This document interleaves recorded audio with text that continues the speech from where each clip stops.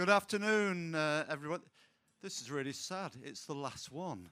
The last one might be the best one. We were here 20 years ago. If 20 years ago, we've said that we're going to have a whole new commercial district in Spinningfield, a lot of people wouldn't have believed it, but it's happened. It's a major success story. For me, it also contains, I'm probably going to upset one or two people here, which I don't really like doing, but it also contains my favourite new building in Manchester as well, the Civil Justice Centre, which I just think is an absolutely wonderful building. And now we've moved across the road. We're talking about St. John's, we're talking about another area being colonised, and we're talking about what's going to be another iconic building at the heart of that. We're talking about the factory, and we're talking about what's going to be, I think, one of the most exciting cultural venues anywhere in the world, going to be in the heart of Manchester. So, without further ado, I'm going to hand over to Mike Ingle from Allied London, and then to John McGrath from Manchester International Festival. Mike.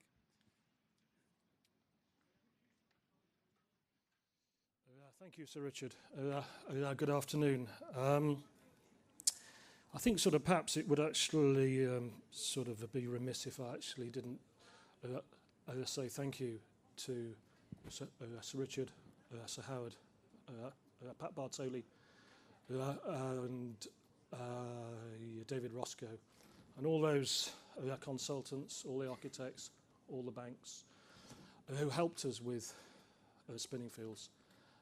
Place north west this week actually called it an amazing place, and I personally think it is, even if I did develop it, I actually didn't. And we actually started here, as Sir Richard said, we started in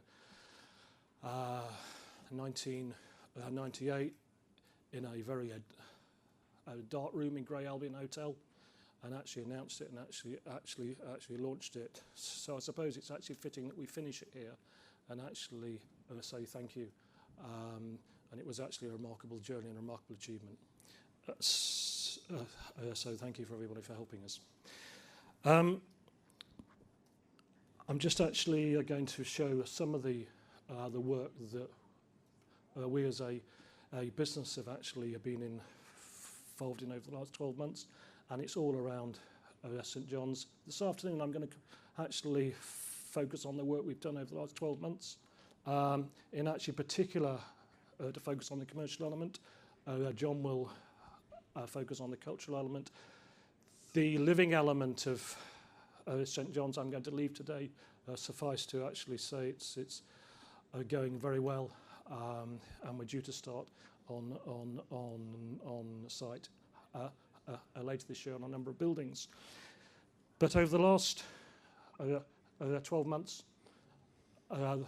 these are just a sample of the projects we've actually finished or started.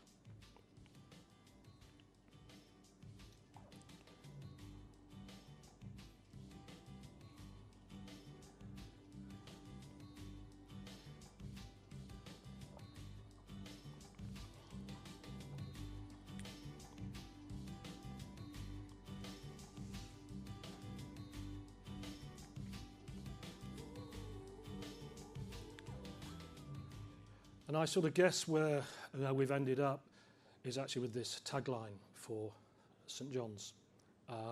What we've been doing in Leeds, what we've been doing in London, and actually particularly what we've been doing in Manchester has actually taught us a lot. And we've actually arrived at this spirit of an era, whether you're actually developing a new building, developing a huge cultural piece, or actually refurbishing a building. We believe now the language is very, very different, and what you need to have is a lot of spirit in actually what you're doing. And I think actually the language has changed, and the words have changed, and I certainly wouldn't have put these words up 20 years ago. I suspect I wouldn't have actually put them up 5 years ago. And actually, some of them, behaviour, equality, sociability, I probably actually wouldn't have actually put up a year ago. So they are informing our strategy. They're informing our language. And in turn, these aren't just words on a screen. They're words we use every day to form the emotion of what we're doing. St John's would be a very easy development for some people. They'd actually sort of pitch up, put a couple of office buildings up, a couple of residential towers, but that wouldn't make it a neighbourhood. So we've got to work a lot harder at our sociability and our integration and our sort of people story. So our view is that the people we're now developing St John's for are a very different audience to those we developed our spinning fields for. And the most important word for us, and the word we found, which I think you've heard a lot of this week, maybe in a sort of different context, is actually the last one, which is diversity. But diversity, what it means for us is actually a range of things.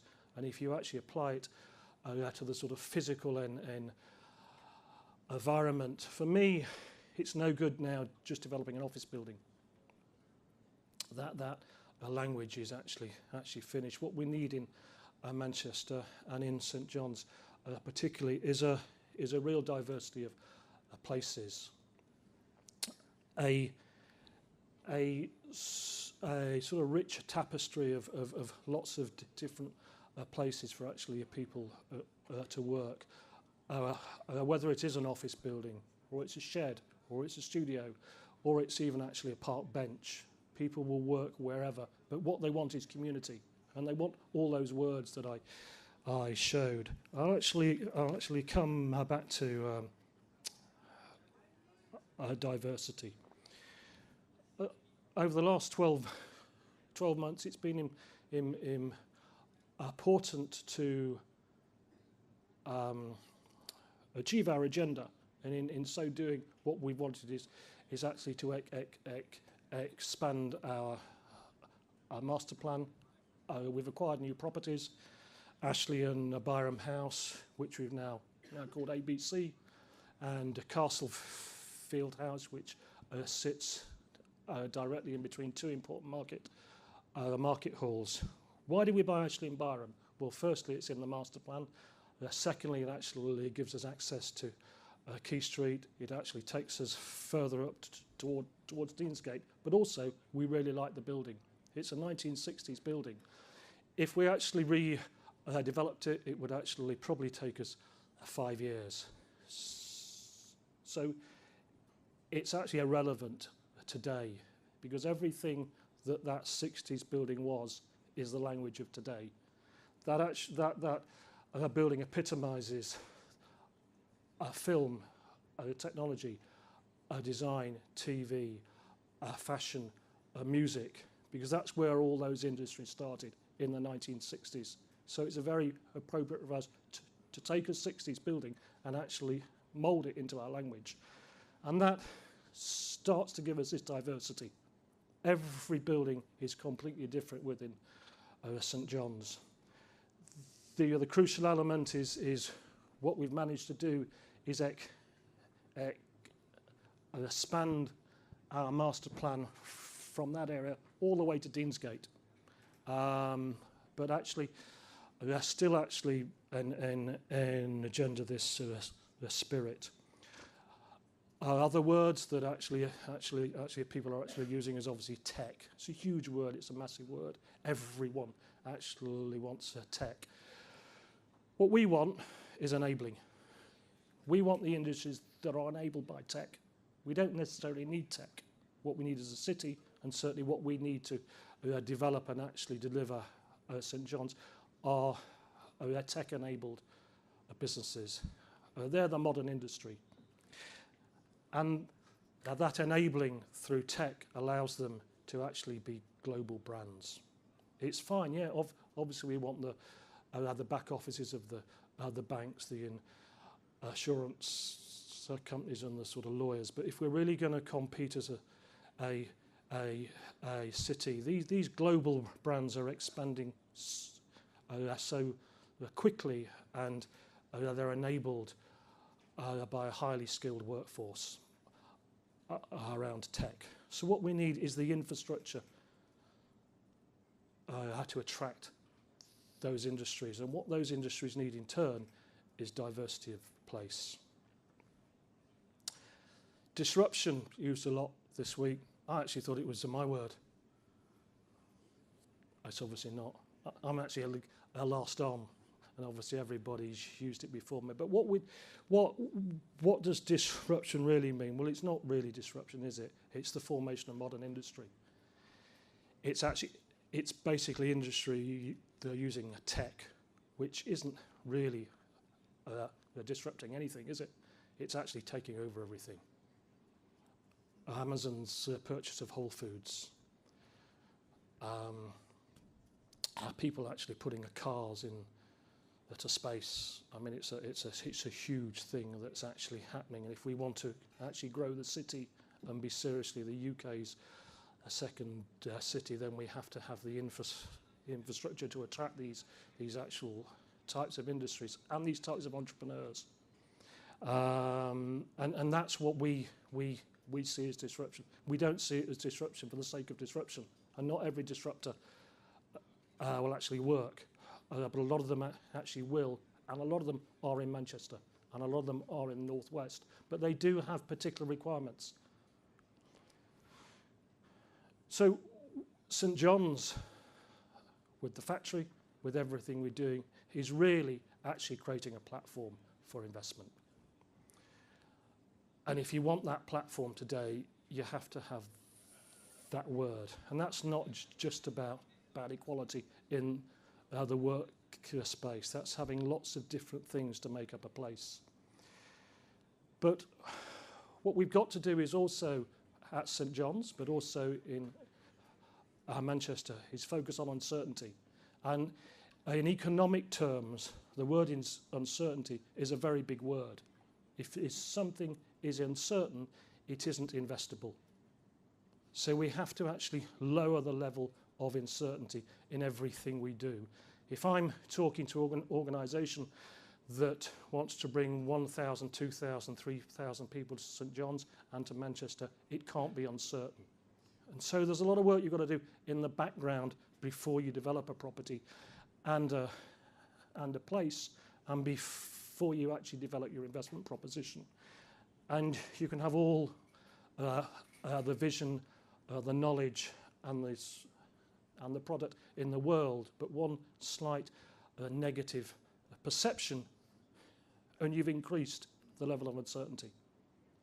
And so we have to focus on always lowering the level of uncertainty. I would not stand here and make this presentation if my plans were not deliverable. And we can't be presenting plans that are not deliverable. Going back to diversity, today we really believe it's the path of diversity that leads to investment.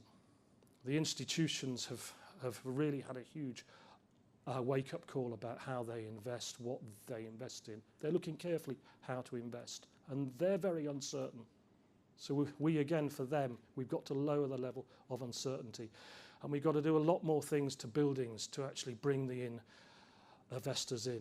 And that's what we've been spending our last 12 months doing. We've got to convince a whole range of investors that a standard 25-year lease office building is not what they should be investing in. Because I can't deliver that at St John's. So I've got to work on that certainty. And we do that by having a diverse inventory. And this is where diversity hits us. So what we've developed in St John's now is a massive diverse inventory. And you probably can't see it, all these words: workspace, social spaces, media studios, pop-ups, co-living, hotels, cafes, apartments, creative spaces, experimental spaces, performance spaces, bars, restaurants, collaboration, design studios, event spaces, parks.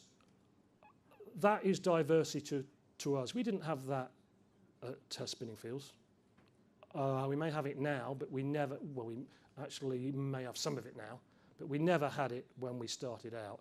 So to deliver St John's, we've got to have it all in place now. So you, the institutions, the occupiers, are certain that it is the place that they want to invest in.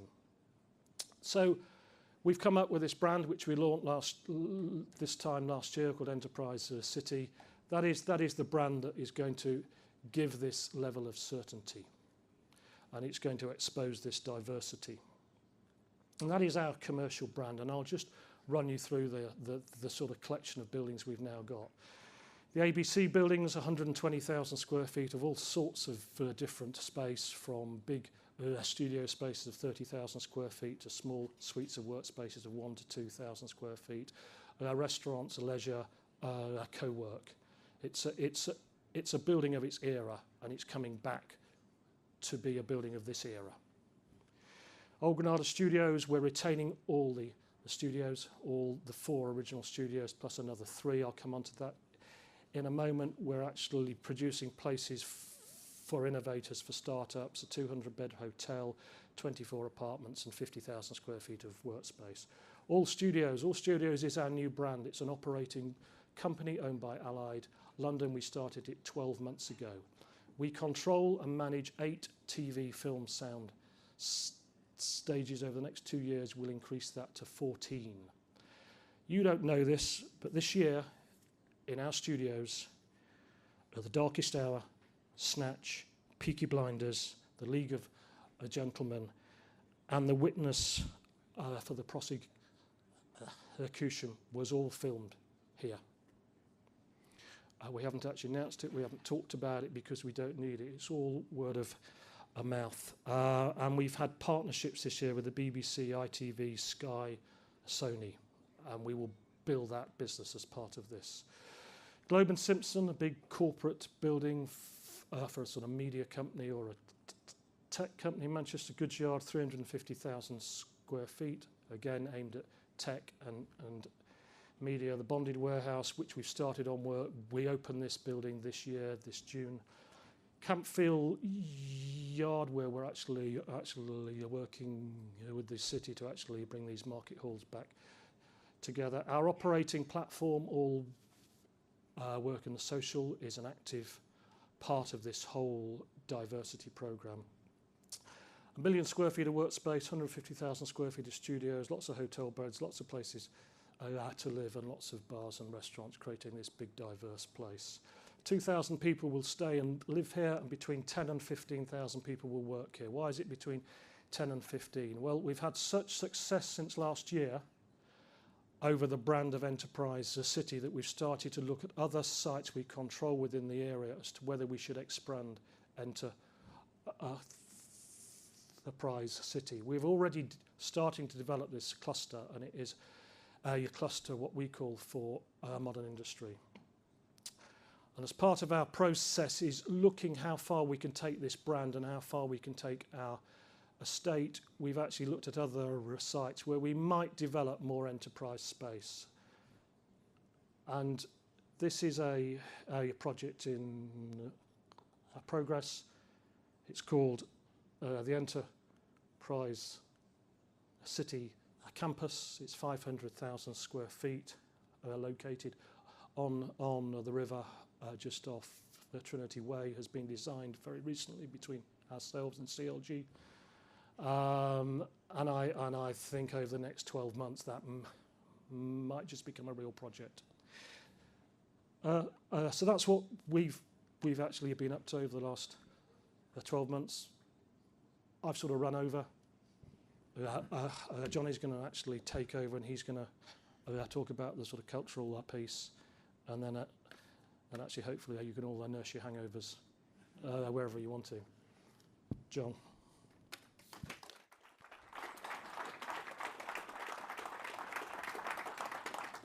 Cheers, Mike. At the heart of the extraordinary St. John's development sits the factory, which is quite simply the most significant cultural initiative taking place in the UK today. It's based on the history and success of Manchester International Festival, which every 2 years invites the world's greatest artists to make things in Manchester that they simply couldn't make anywhere else. And the factory will make that offer year-round. So, what does a space look like that can do a thing like that? This is our site. This is what St. John's area looks like today. and the red square gives you the target for us to land the factory in. As you can see, it's a complicated site. It's got old Victorian arches. It's got a road running through it. But by the end of 2020, it should be looking like this. Mike, we've briefly made your towers there translucent so as we can see our building, but you'll see how it sits within the middle of the setting. This is the factory, an extraordinary, huge space for artists and performance with a hyper-futuristic seating bank rammed into the side of it. It will be, of course, an iconic building, a place that people want to come to from around the world to see what's been made. It's designed by one of the world's greatest architecture practices, Rem Koolhaas's OMA, lead architect Ellen van Loon. But what's really important is what's inside. And what's inside is extraordinary empty space. This warehouse space, these walls come in and out, they're in acoustic separation, allows up to 5,000 people to be standing for music and performance gigs. The seats here, which can poke through another acoustic door here, which raises out the way, using the warehouse as a stage, are for 1,500 people seated, or up to 2,000 people in seat and stand configurations. This is the kind of space that artists dream about working in. We'll be inviting the most significant figures internationally to come and spend time here, because we won't be overusing this space just for public performance. It configures in different ways, and while there's a performance on in one space, artists will be working in another area of the space, making their work. There'll be around 10 to 12 completely new pieces performing for around 120 performances each year. There'll also be an opportunity to do something that the festival can't often do, invite extraordinary work that's been made elsewhere to have its UK premiere here in Manchester. That'll take up about 50, 60 performances a year. And on top of that, we'll also be working with the music industry to program around about 70 to 80 gigs. The 5,000 space warehouse in particular is a unique offer in Manchester. There's nowhere quite like that for musicians to be able to perform. The whole space will be technologically equipped from top to bottom. There's a grid running throughout that warehouse space so artists can put their performances and work wherever they want it to be. We're projecting around about 500,000 paying audiences a year and an additional 250,000 visitors just coming to see the spaces and to engage in the life around the building. So what might a day in the factory feel like? Well, on that beautiful stage you saw, for example, we might be teching, dress rehearsing, and having the opening night of a new piece of music theatre choreographed by one of the world's greatest choreographers, say Crystal Pite or Wayne McGregor, with music by a leading contemporary musician, someone like Florence Welsh or Max Richter. And it might all be designed in that extraordinary space by someone of the quality of Es Devlin, one of the world's greatest set designers, who of course did the opening for the Olympic Games. But during the day, those seats that are filled by the first night audience in that picture will actually be filled by young people who are seeing how this work gets made, who are part of an extraordinary training program that will be anchored at the factory, training young people from all over Manchester in backstage skills. Meantime, in that warehouse space, there might be a lunchtime fashion show as part of London Fashion Week, while in the afternoon and the evening, a circus company like No Fit State are creating new work, maybe interacting with video artists such as Khalil Joseph. In the foyers, you can see that we've got a collaboration going on by an opera singer and a street dance crew. And just around the corner, there's a VR exhibition and a whole series of talks and debates going on at lunchtimes and early evenings. And outside the building, of course, many opportunities. There's an array of public space that, again, will be equipped for performance and allow people to have food markets, to have outdoor aerial performances, to have extraordinary interactive media and digital events. So what will the factory achieve? We hope three main things. Number one, it will be a global beacon internationally for people coming to Manchester to see the kind of arts in our city that they simply can't see anywhere else. Secondly, It will be an extraordinary new space for the people of Manchester, a meeting place, a place of cultural exchange. And thirdly, and equally importantly, it will be one of the most significant training initiatives for young people in Manchester to gain skills in backstage, in marketing, in all of those areas around the cultural industries that often young people don't even know exist. In that sense, we hope that Factory, in unison with St. John's, will be a truly significant intervention in the life and the future of our city. Thank you very much. Thanks very much, John. Thanks very much, Mike. It's all right, you can come out, Mike. It's very informal, this. I mean, that was tremendous. I think really inspiring presentations, and really looking forward to 2020. That's really sort of it up here. But it's not it yet. We're going to have our wind-up session in the London Pavilion, because I think if we invited all the London delegates up here, we might just be a little bit squashed. So we're going to go down to the London Pavilion. That's going to start at 4:30. Invite you all to join us down there to really draw what I think has been a remarkably successful Manchester at MIPIM to an end.